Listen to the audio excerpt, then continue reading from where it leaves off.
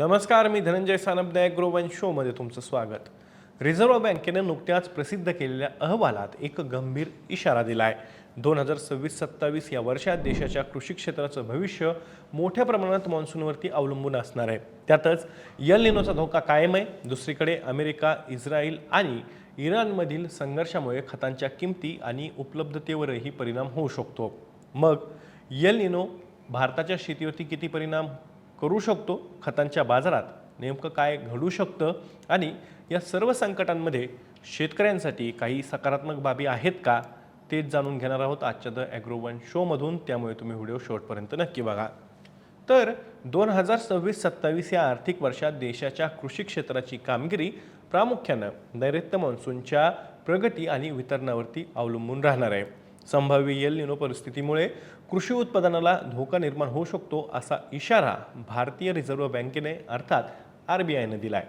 RBIनं प्रसिद्ध केलेल्या वार्षिक अहवालात 2025-26चा हा वार्षिक अहवाल आहे. यामध्ये असं म्हटलंय की हवामानाशी संबंधित जोखीम कायम असली तरी सिंचन सुविधांमध्ये झालेली वाढ, तांत्रिक प्रगती, केंद्र सरकारच्या विविध योजना आणि केंद्रीय अर्थसंकल्प 2026-27 मधील कृषीपूरक उपाययोजना यामुळे कृषी क्षेत्राला आधार मिळेल असा दावा RBIनं या अहवालात केलेला आहे. अर्थात यापूर्वी केंद्रीय कृषी मंत्री शिवराज सिंग चौहान यांनी सुद्धा असाच दावा केलेला होता. परंतु आत्ताची परिस्थिती पाहता देशामध्ये एकतर मान्सून हंगामामध्ये कमी पावसाचा अंदाज हा हवामानशास्त्र विभागानं सुधारित अंदाजात दिलेला आहे.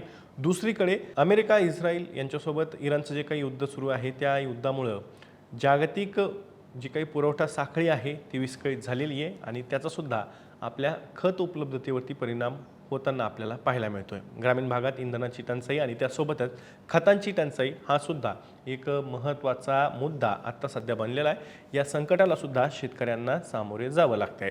मान्सून हंगामाच्या उत्तरार्धात पावसाला पोषक ठरणारी सकारात्मक ध्रुवीय ज्याला आपण इंडियन ओशन डायपोल किंवा IOD म्हणतो ती परिस्थिती हिंदी महासागरात विकसित होण्याची शक्यता असल्यानं यल निनोचा प्रतिकूल परिणाम काही प्रमाणात कमी होऊ शकतो असंही RBIनं नमूद केलेलं आहे.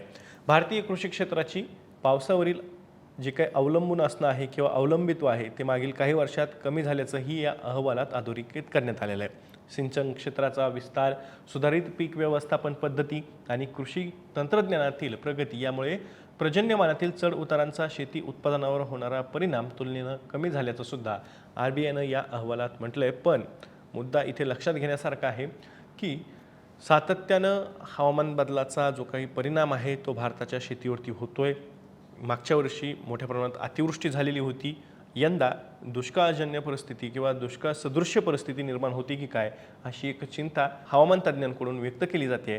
त्यामुळं एकीकडे या सगळ्या यंत्रणांमध्ये आपण किंवा व्यवस्था निर्माण करण्यामध्ये पुढे जात असलो तरी वस्तुस्थिती ही थोडीशी वेगळी आहे. एकीकडे या सगळ्या व्यवस्था निर्माण होत असल्या तरी दुसरीकडे हवामान बदलाचा फटकासुद्धा शेती क्षेत्राला बसतोय. त्यामुळं या गोष्टींचं सुद्धा भान राखणं किंवा जाणीव राखणं सुद्धा तेवढीच गरजेची आहे. सध्या सुरू असलेल्या अमेरिका, इस्रायल आणि इराण युद्धासह इतर आंतरराष्ट्रीय भूराजकीय संघर्षांमुळे खतांसह महत्त्वाच्या कृषी निविष्ठांच्या उपलब्धतेवरती आणि किमतींवरती दबाव येण्याची शक्यता असल्याचं RBIनं या अहवालात म्हटलं आहे. मात्र विविध देशांकडून पुरवठा सुनिश्चित करणं, साठा व्यवस्थापन आणि केंद्र सरकारचा हस्तक्षेप यामुळं ही जोखीम काही प्रमाणात नियंत्रित राहू शकते असा दावाही केंद्र सरकारकडून केला जातोय.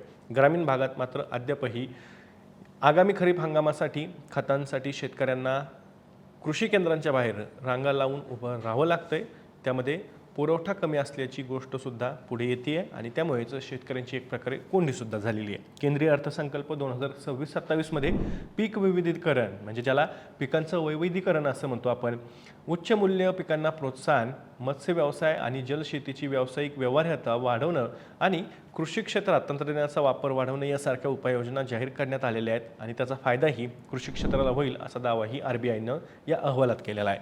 यामध्ये भारत विस्तार या बहुभाषिक डिजिटल व्यासपीठाचाही समावेश आहे. कृत्रिम बुद्धिमत्ता ज्याला AI म्हणतो आपण, या आधारित सल्ला सेवा आणि डिजिटल कृषी पायाभूत सुविधा यांचं एकत्रीकरण त्यांच्या माध्यमातून करण्यात येणार आहे. RBIच्या मते या उपाययोजनांमुळे कृषी आणि संलग्न क्षेत्राच्या शाश्वत वाढीस चालना मिळेल असा दावाही RBIनं केलेला आहे. एकीकडे यल निनोचा संभाव्य धोका, दुसरीकडे खतांच्या उपलब्धतेवरती जागतिक संघर्षाचं सावट आणि त्याचवेळी मान्सूनवर असलेलं शेतीचं मोठं अवलंबित्व ही वस्तुस्थिती आहे, अशा अनेक आव्हानांमध्ये यंदाचा खरीप हंगाम हा जाणार असल्याचं चित्र RBIच्या अहवालातून सुद्धा काही प्रमाणात समोर आलेले आहे. मात्र सिंचन सुविधांचा विस्तार, नव्या तंत्रज्ञानाचा वाढता वापर, डिजिटल कृषी उपक्रम आणि सरकारच्या विविध योजना यामुळे शेतकऱ्यांना काहीसा आधार मिळू शकतो, असंही या अहवालात नमूद करण्यात आलेलं आहे. म्हणूनच यंदा केवळ पावसाकडे लक्ष ठेवून चालणार नाही, तर हवामान, बाजारपेठ, खतांचा पुरवठा आणि नवीन तंत्रज्ञान या सर्वच बाबींचा विचार करून शेतकऱ्यांना नियोजन करावं लागणार आहे. या विषयावर तुमचं मत नेमकं काय आहे? मी या माहितीसोबत तुर्तास इथेच थांबतोय. तुमचं मत आम्हाला कमेंट बॉक्समध्ये नक्की सांगा. मी दररोज संध्याकाळी 6 वाजता ॲग्रोवनच्या यूट्यूब चॅनलवर शेती आणि शेतकऱ्यांच्या हिताचे मुद्दे घेऊन असतो. त्यामुळे तुम्ही अजूनही ॲग्रोवनच्या यूट्यूब चॅनलला सबस्क्राईब केलं नसेल तर लगेच सबस्क्राईब करा. व्हिडिओ जास्तीत जास्त शेतकऱ्यांपर्यंत पाठवण्यासाठी व्हिडिओला लाईक आणि शेअर नक्की करा. आपण पुन्हा भेटू. तर तुम्ही तुमची आणि तुमच्या जवळच्या माणसांची काळजी घ्या.